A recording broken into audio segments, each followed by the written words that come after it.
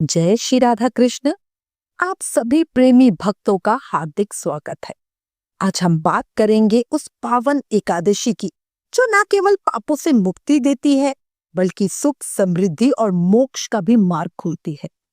जी हाँ, हम बात कर रहे हैं ज्येष्ठ मास के कृष्ण पक्ष में आने वाली अपरा एकादशी की। इस एकादशी को केवल अपरा ही नहीं बल्कि जल कीड़ा एकादशी, अचला एकादशी और भद्रकाली एकादशी के नाम से भी जाना जाता है। अचला का अर्थ है जो अचल फल देती है, यानी ऐसा पुण्य जो कभी समाप्त नहीं होता। ये व्रत दुखों का विनाश करता है और देवी लक्ष्मी की कृपा से घर में अपार धन का आगमन होता है। इसलिए ही इसे अपरा, अपार फल देने वाली एकादशी कहा गया है। पद्म पुराण में बताया गया है कि इस व्रत से झूठ, छल, परनिंदा और ठगी जैसे पाप कम होते हैं।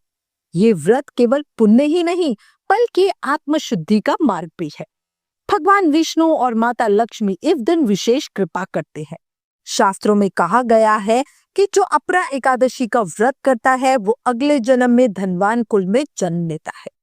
अब आज इस वीडियो में हम जानेंगे अपरा एकादशी का महत्व, इसकी पूजा विधि, व्रत करने के नियम, विशेष फल और सावधानियां, क्या स्पेशल भोग लगाएं उसकी भी जानकारी लेंगे।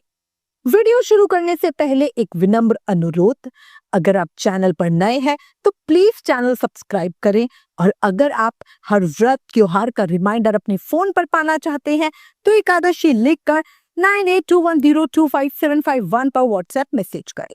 अब चर्चा शुरू करते हैं। सबसे पहले हम चर्चा करते हैं व्रत की पूजा विधि की, क्योंकि सही तरीके से की गई पूजा से हमें व्रत का पूर्ण फल मिलता है। पूजा विधि की चर्चा हम दशमी तिथि से शुरू करेंगे। दशमी की रात को सूर्य के बाद भोजन ना करें, जमीन पे सोए और ब्रह्मचार्य व्रत का पालन करें। फिर एकादशी के दिन सुबह ब्रह्म मुहूर्त में उठे, स्नान करें। व्रत करते हुए काले नीले कपड़े पहनने से बचे। उत्तम होगा सफेद या पीले कपड़े पहने ताकि पूजा में ज्यादा मन लगे। घर में झाड़ू न लगाए, पूरे घर में गंगा जल छिड़के, हल्दी के मुख्य द्वार पर स्वस्तिक बनाए, व्रत का संकल्प ले। भगवान विष्णु की स्पेशल पूजा करें। आप चाहे तो एकादशी की पूजा घर के मंदिर में कर सकते हैं या फिर अलग से एक चौकी लगाकर भगवान विष्णु और माता लक्ष्मी की मूर्ति या चित्र स्थापित करके पूजा कर सकते हैं। अगर आपके सेवी शिव विग्रह है, बाल गोपाल जी, युगल सरकार या शालग्राम जी, तो उनका बढ़िया पंचामृत से अभिषेक करें और सुंदर श्रृंगार करें। अब अगर सेवी शिव विग्रह नहीं है तो आप तस्वीर की पूजा भी कर सकते हो। भगवान विष्णु की पूजा करते वक्त तुलसी दल अवश्य रखें। भगवान का सुंदर बढ़िया श्रृंगार करें, उन्हें पीले वस्त्र धारण कराएं, चंदन का लेप करें, तुलसी दल, फूल, फल, मेवे, नारियल चढ़ाए। भगवान को बढ़िया पीली मखाने की खीर का भोग जरूर लगाए। उसमें तुलसी दल डालकर भगवान को बढ़िया नैवेद्य अर्पित करें। याद रखना, पूजा के लिए तुलसी पहले से ही तोड़कर रखनी चाहिए। एकादशी वाले दिन तुलसी तोड़ी नहीं जाती। इसी के साथ विष्णु सहस्त्रनाम का पाठ करना साधक को बहुत फलकारी होता है, मनिश्चित फल देता है। इसके अलावा अपने और पूजा में बैठे सभी को रक्षा सूत्र यानी कलावा जरूर बांधे और तिलक लगाए।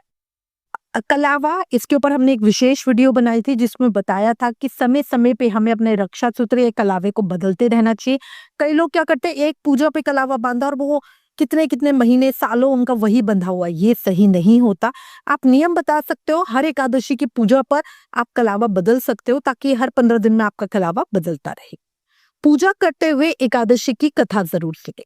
शंख और घंटी बजाकर श्री हरि विष्णु की आरती करें, साथ ही एकादशी माता की आरती जरूर करें और पूजा में हुई किसी भी भूल चूक के लिए क्षमा याचना करें। इसके बाद सूर्य देव को जल अर्पित करें। जल के अंदर आप गुड़, फूल, तिल मिलाकर फिर अर्पित करें। एकादशी की पूजा में जितना महत्व सुबह की पूजा का होता है उतना ही महत्व शाम की पूजा का और रात्रि जागरण का होता है। इसलिए शाम को भगवान विष्णु की पूजा जरूर करें। शाम के समय आकाश में पितरों के निमित्त दीपदान करें और खुले आकाश में गाय के घी का दीप प्रज्वलित करें। रात के समय भगवान विष्णु का भजन कीर्तन करते हुए जागरण करें। द्वादशी को सुबह जल्दी ब्रह्म मुहूर्त में उठें, स्नान करें और बढ़िया पूजा करें। फिर ब्राह्मण को भोजन कराएं और दान दक्षिणा दें। इसके बाद ही अपने व्रत का पारण करें, मतलब व्रत को खोलें।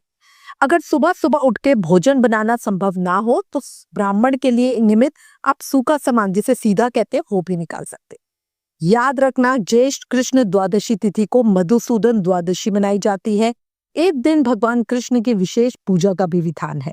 तो द्वादशी पर हम अपने व्रत का पारण भी करेंगे, मधुसूदन द्वादशी भी बनाएंगे, उसकी भी पूजा करेंगे, और कई लोग प्रदोष व्रत रखते हैं, वो भी उसी दिन होगा।